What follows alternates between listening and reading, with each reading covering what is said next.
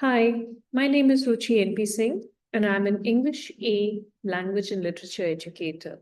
So today I want to speak to you about a text type, the Cup Campaigner. We're looking at this fascinating pamphlet from 1909.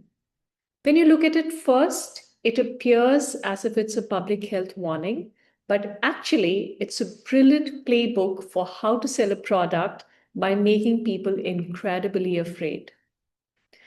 This is a story of how fear becomes one of marketing's most powerful tool. So that really brings us to the central question here. Was this a genuine health warning or was it a brilliant advertisement hiding in plain sight? Let's look at the pamphlet and peel the layers and find out more. On the surface, the Cup campaigner really did present itself as this noble fight for public safety. I mean, it was even distributed by the Minnesota State Board of Health. So it looked completely official, totally legit. But then look at the language. They have a masthead, which frames the whole thing as this kind of grassroots reformist movement. It's not just people striving for a good cause. The wordings that you read are so deliberate. Okay? Before we go any deeper, we have to understand what the common cup even was. In the early 1900s, having a shared tin or a metal cup at a public water fountain was totally normal. It was even seen as a symbol of community. But for the reformers of the progressive era who were, let's say, a little obsessed with hygiene, it was public enemy number one. So the common cup was a target. But what is truly fascinating is how the campaign convinced people to turn against it. Now let's break it down. Let's look at how fear was used to induce people into rejecting it. First of all, the pamphlet does not suggest a change. No. It straight up declared a war.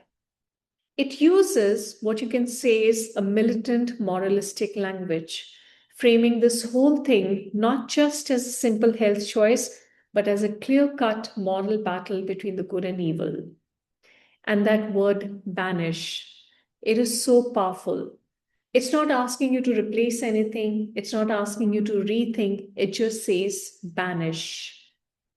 This kind of language casts a simple everyday cup as a major social villain that has to be completely wiped out.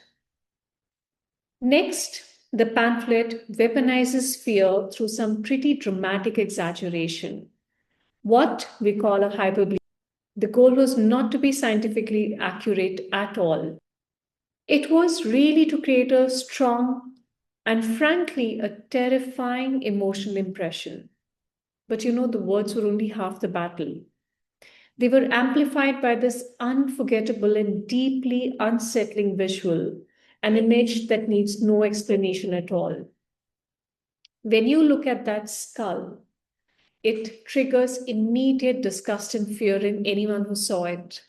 And here is the knockout punch. The quote that is paired with the skull. It creates an instant gut level connection between the simple act of sharing a cup and the very real threat of death. So it's not just about the evidence anymore. It's the pure emotional panic created. So when you put all of this together, the aggressive militant language, the terrifying imagery, and the cover story of being a grassroots movement, what you get is an incredibly powerful and a manipulative message. And this powerful message naturally leads us to the central mystery of the whole pamphlet. If it wasn't just some concerned citizens, who was really behind this so-called crusade? The campaign's language was intentionally vague. It was all designed to make it sound like a public movement, but what was the truth?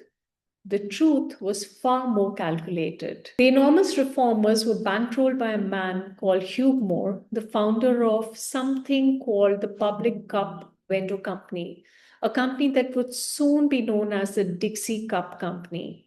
That's right, the very people who stood to profit from panic were the ones creating it.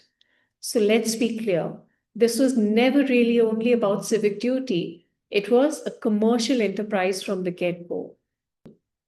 The goal was brutally simple: create a brand new market for disposable paper cups by making the alternative appear to be deadly.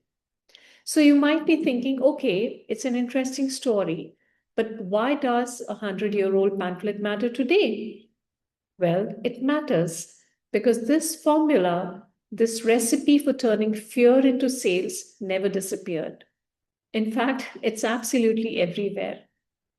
Let's just break down the standards formula they perfected in a 3-step model for persuasion.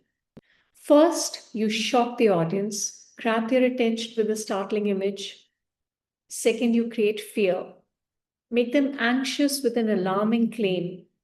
And third, you offer the solution, your product, which is the one and only safe choice. But the true genius of the whole campaign was how it convinced people that the most moral, the most responsible civic action they could take was by buying something. It successfully turned an act of consumption into public virtue. And that is what I want to leave you with. Think about it. Advertisements that use fear to sell you insurance, cleaning products, home security systems, they all use the same version of this exact same playbook. So the question is, now that you can recognize the pattern, how many cup campaigners do you see in your own life? Having said that, here is the paper one response to this pamphlet. It's attached in the link for you to read it. Happy reading.